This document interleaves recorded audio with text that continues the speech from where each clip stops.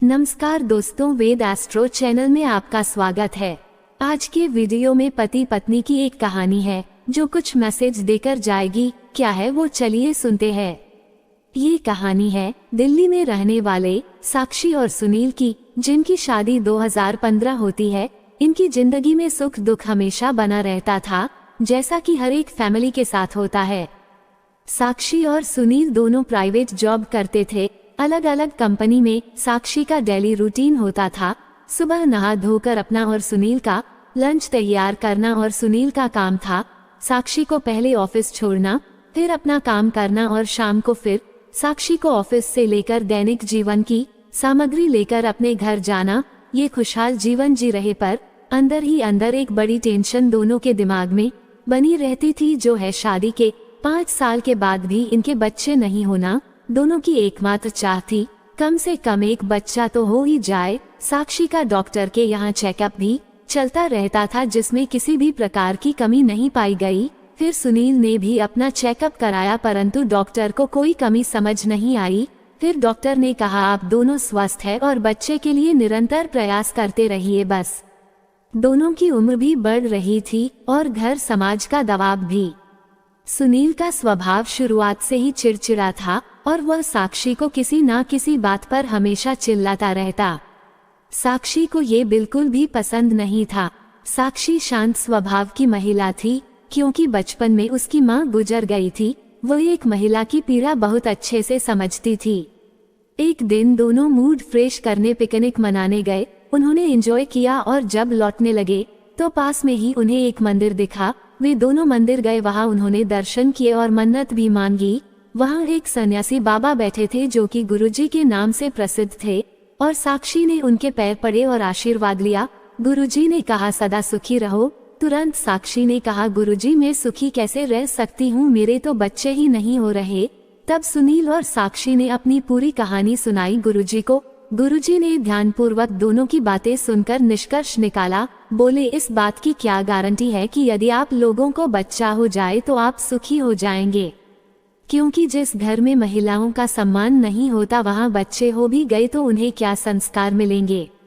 सुनील का सिर निराशा से झुक जाता है। गुरुजी कहते हैं, सबसे पहले तो सुनील अपनी वाणी पर संयम धारण करो और हमेशा पॉजिटिव सोचो और पॉजिटिव ही बोलो, नहीं तो तुम मौन धारण कर लो। और साक्षी से कहा, तुम भी पॉजिटिव रहो और मौन धारण करो। अब घर जाओ और सबसे पहले अपने गांव जाओ और अपने माता पिता सास ससुर का आशीर्वाद लो, जिनसे तुम लोगों ने सालों से बात नहीं की है, ना ही उनका हाल चाल पूछा है।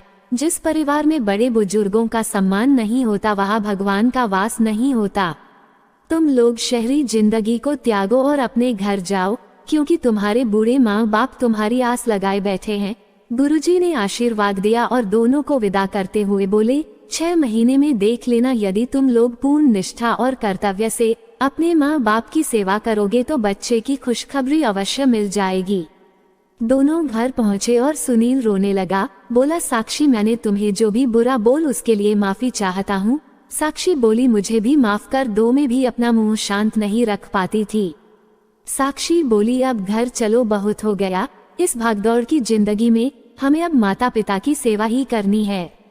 दोनों को गांव में देखकर सुनील के माता पिता खुशी से रोने लगे। बोले, हमारे पोता पोती कहाँ है।